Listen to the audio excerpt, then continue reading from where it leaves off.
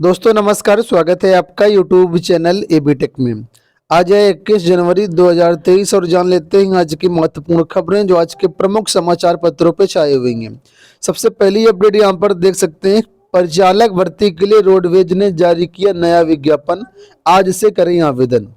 UP roadways के Prayagraj reason द्वारा परिचालक भर्ती का नया विज्ञापन जारी कर दिया गया है। कुल 265 पदों के लिए युवा शनिवार 21 जनवरी से आवेदन कर पाएंगे। आवेदन करने की अंतिम डेट जो 28 जनवरी रखी गई है।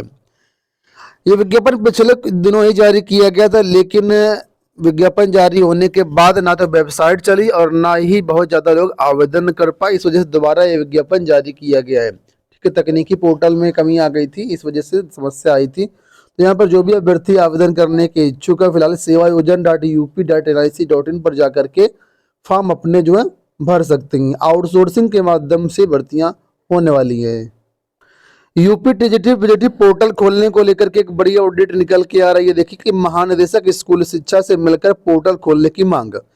टीजीटी 2022 में रिहर्सल लेने के लिए फिर से पोर्टल खोलने और परीक्षा तिथि घोषित करने की मांग को लेकर के शुक्रवार को प्रतियोगी छात्र मोर्चा का एक प्रतिनिधिमंडल महानिदेशक स्कूल शिक्षा विजय किरण आनंद से लखनऊ में मिला।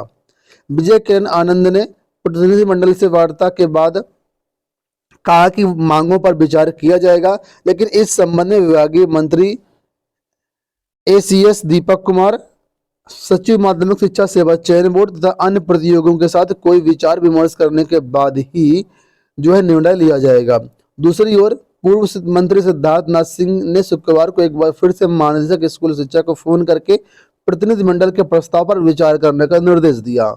मोर्चा संयोजक अनिल उपाध्याय ने बताया कि वार्ता का जोर पोर्टल खोलने को लेकर के ही रहा, क्योंकि इतने अधिक विषयों में इतनी कम सीटें के साथ परीक्षा लेना छात्रों के साथ अन्याय होगा।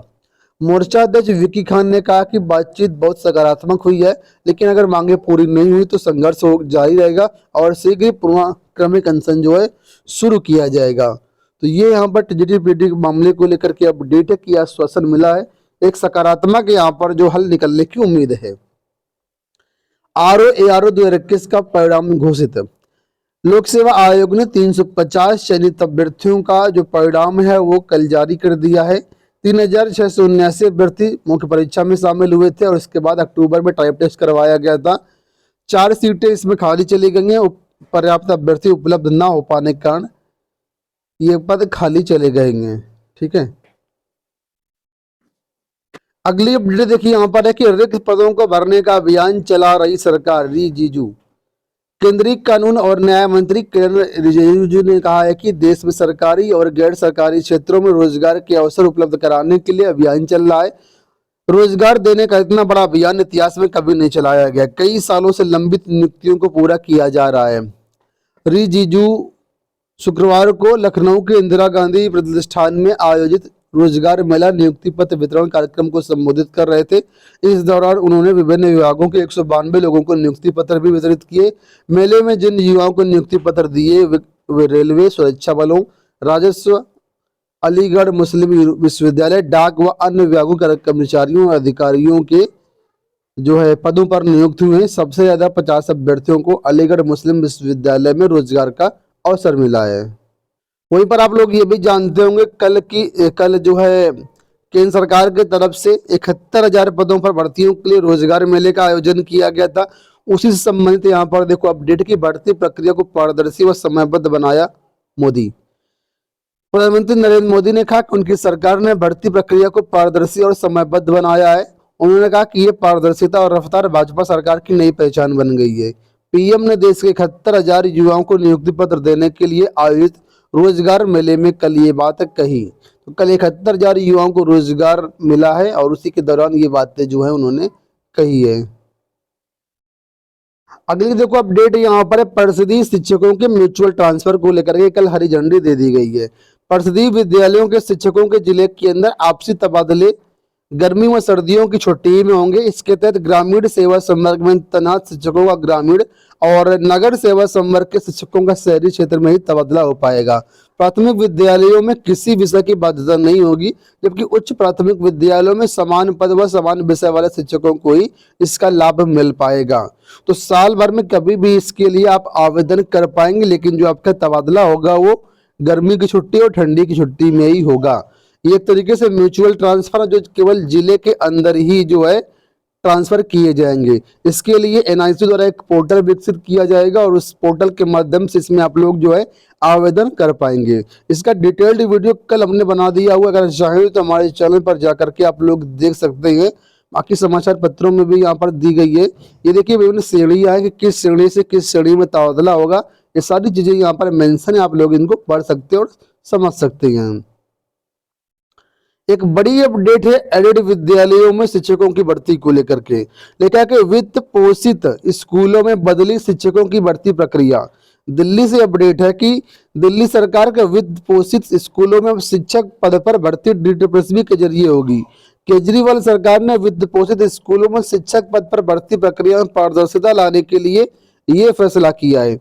उप मुख्यमंत्री मनीष सिसोदिया ने कहा कि शिक्षक बच्चों के सर्वांगीण विकास में महत्वपूर्ण भूमिका निभाते हैं, इसलिए जरूरी है कि बेहतरीन शिक्षक ही बच्चों को गुणवत्तापूर्ण शिक्षा दें।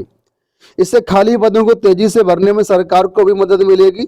सरकार के मुताबिक अभी तक दिल्ली सरकार द्वारा वित्त पोषित स्कूलों का चयन बोर्ड ही शिक्षकों का चयन करता था। अब DSSB लिखित परीक्षा का आयोजन करेगा। इसके बाद 3 उम्मीदवारों का चयन होगा। स्कूलों का कर्मचारी चयन समिति 3 में से 1 उम्मीदवार का चयन करेगी। सिसोदिया ने कहा कि नई भर्ती प्रक्रिया द्वारा वित्त पोषित स्कूलों को बेहतरीन शिक्षक मिलेंगे। पुरानी भर्ती में पक्षपात और भ्रष्टाचार को लेकर लगने वाले आरोपों से भी निजात मिलेगी। तो दिल्ली की एडेड स्कूलों में जो भी भर्तियां होंगी वो भी DSSB के जरिए करवाई जाएंगी। लिखित परीक्षा के आधार पर यहाँ पर जो है आपका चयन किया जाएगा। 69,000 शिक्षक भर्ती को लेकर के यहाँ पर अपडेट आई है कि 69,000 शिक्षक भर्ती में 3,000 और दावेदार। परिषदीय प्राथमिक स्कूलों में 69,000 शिक्षक भर्ती में 1 नंबर से पास 3,000 से अधिक अभ्यर्थियों ने नियुक्ति के लिए दावेदारी की है। सचिव परीक्षा नियुक्त प्राधिकारी अनिल भूषण चतुर्वेदी ने ऐसे अभ्यर्थियों से 19 जनवरी तक प्रत्यावेदन मांगे थे, जिन्होंने 25 अगस्त 2021 तक हाईकोर्ट में याचिकाएं या अपील की थी। अंतिम तिथि तक 3,192 प्रत्यावेदन मिले हैं। अब इन अभ्यर्थियों के प्रत्यावेदन के परीक्षण के बाद एक नंबर से सफल होने की स्थिति में इनकी नियुक्ति प्रक्रिया शुरू होगी। आप लोग जानते होंगे अभी हाल ही में हाईकोर्ट के कई सारे ऑर्डर आए थे, जिसमें से 1 नंबर से जो अभ्यर्थी फेल हो रहे थे उनको पास करके जो है उनको नौकरी देने की बात कही गई थी। तो उनसे प्रत्यावेदन मांगे गए थे। ऐसे अभ्यर्थियों की संख्या 3,192 निकल के आई। इनको अब यहाँ पर नौकरी दी जाएगी। लेकिन समस्या ये है कि 6800 सूची वाले अभ्यर्थियों के लिए सीटें नहीं मिल पा रही हैं, उनका मामला ऑलरेडी पेंडिंग है। फिर इन लोगों को यहाँ पर नौकरी कैसे मिलेगी? खैर, सरकार को इसका कोई ना कोई हल तो निकालना ही पड़ेगा, नहीं तो मामला यहाँ पर जो है और पेचीदा होता जाएगा। PCSJ को लेकर के अपडेट है कि एक पद पर 263 दावेदार। उत्तर प्रदेश न्यायिक सेवा सिविल जज परीक्षा 2022 के तहत 303 पदों के लिए 79,736 अभ्यर्थियों ने ऑनलाइन आवेदन किया है। यानी एक पद पर औसत 263 अभ्यर्थी दावेदार माने जाएंगे। प्रदेश में न्यायिक सेवा अधिकारियों के चयन के लिए UPPSC ने 4 साल के बाद 22 से 35 वर्ष के अभ्यर्थियों से 10 जनवरी तक PCSJ के लिए आवेदन मांगा था। इसकी प्रारंभिक परीक्षा 12 फरवरी को प्रस्तावित है और इसमें लगभग 80,000 आवेदन आए हैं। एक पद के सापेक्ष में 263 अभ्यर्थी दावेदारी यहाँ पर कर रहे हैं। बात करते हैं PET परिणाम को लेकर के, तो लिखा है कि 26 तक आएगा PET का परिणाम। उत्तर प्रदेश अधीनस्थ सेवा चयन आयोग PET का परिणाम 26 जनवरी तक जारी करेगा। सूत्रों के मुताबिक PET का परिणाम लगभग तैयार हो गया। आयोग परिणाम का पुनः परीक्षण कर रहा है। उम्मीद है कि 26 जनवरी तक परिणाम जारी हो पाएगा। परिणाम जारी होने के बाद आयोग 14,000 से अधिक पदों की भर्तियां भी निकालेगा। इसमें विभिन्न विभागों में कनिष्ठ सहायक के 5,000 पद हैं, कृषि प्रावैधिक के 3500 पद हैं, गन्ना पर्यवेक्षक के 951 पद हैं, ग्राम पंचायत अधिकारी के 2500 पद हैं और ग्राम विकास अधिकारी के 2100 पद हैं। इन पर भर्तियां PET 2022 के माध्यम से देखने को मिलेगी। ये भर्तियां 1 साल में जो है पूरी करने की भी योजना है। दोस्तों, ये हो गई आज की सारी सूचनाएं। इस वीडियो में इतना ही। धन्यवाद।